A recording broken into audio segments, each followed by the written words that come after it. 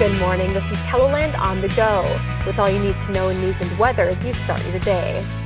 First responders in Pennington County were busy after being called to a crash on I-90 that left 2 people with life-threatening injuries Sunday. Take a look at these photos of the scene. According to officials, a car was driving eastbound on I-90 and lost control and crashed, eventually coming to a rest on 173rd Avenue. Authorities say the passenger was airlifted to Monument Health. Meanwhile, the driver was taken by ambulance.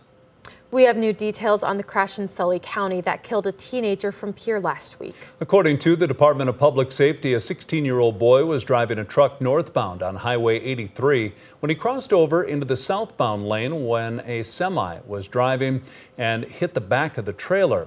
Law enforcement says the truck then spun further into the south lane where a second semi tried to turn into the ditch but ended up also hitting the truck. The 2 semi-drivers were not injured. However, officials say the teen died at the scene and was reportedly not wearing a seatbelt. Nearly 200 South Dakota Air National Guardsmen were honored Saturday morning at the 114th Fighter Wing. Airmen returned home safely from a mission that started in 2023. It spanned across 3 different regions of the world. The final group returned home in April. These are my brothers and sisters. They have been for several years, and I would do this all over again with any one of them. City, state, and Air Guard leaders also recognize Guardsmen for their bravery.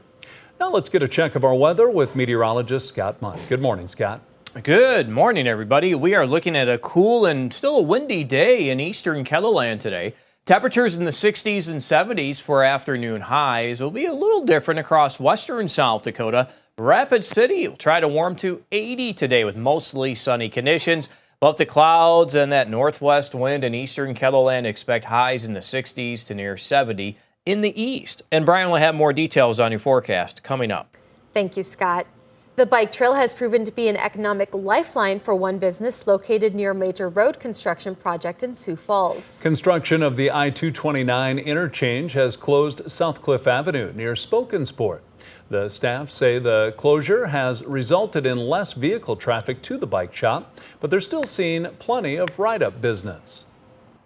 Normal wear and tear problems come in, like my chain is making a lot of noise, so walk-in business certainly hasn't stopped from the bike trail. And since they've taken out the construction mats, since they're done with that phase, or at least I hope they're done with that phase, the trail traffic over there has increased again.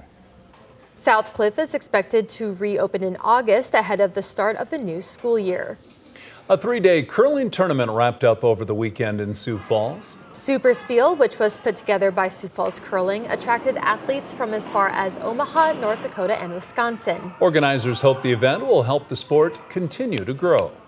We hope to grow it more and more, especially with the Olympic trials coming to town, that we're sitting at about 120, 130 people already in our curling facility. We would love to double that in size. Team Workin from Fargo, North Dakota took home the championship. Summer camp season is underway at Leif Erikson in Sioux Falls.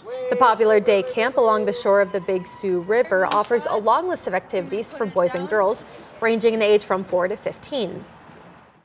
Everything from BB guns and archery to crafts to horses, the mini farm, biking, pretty much anything you can think of outdoors is what we have out here.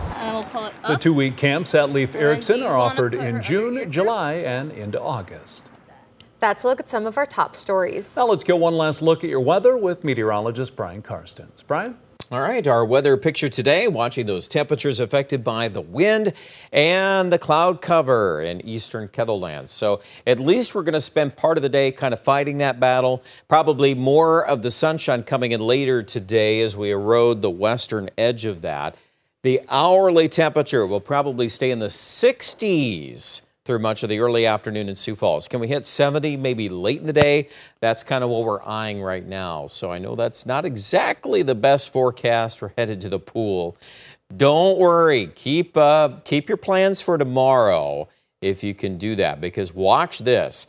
Tonight, we're going to start off, again, morning-wise, we're probably looking at upper 40s, low 50s, but we're off to the races. Quickly jumping back to 90-degree weather in Sioux Falls. Mitchell Chamberlain, we're talking maybe 93 to 95 degrees tomorrow afternoon. So a quick shot at some heat, not exactly humid yet, but then this boundary, this stationary front is going to start to activate some showers and thunderstorms starting as early as Wednesday morning in northwestern Kettleland.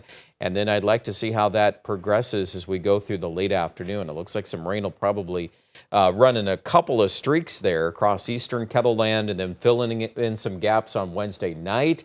It's not like it's just going away. It looks like it might redevelop there into the overnight period. And sometimes those nocturnal thunderstorms in mid-June can be some really good opportunities to picking up some much-needed rainfall. We need to catch some rain.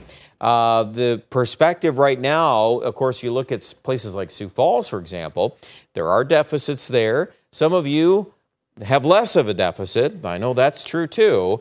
But at any rate, it looks like this week will represent some important opportunities for some rain. The one question we have here is how much rain are we going to be looking at? When we piece together both Wednesday and Thursday, there is the potential some of you watching may end up with some locally heavy amounts.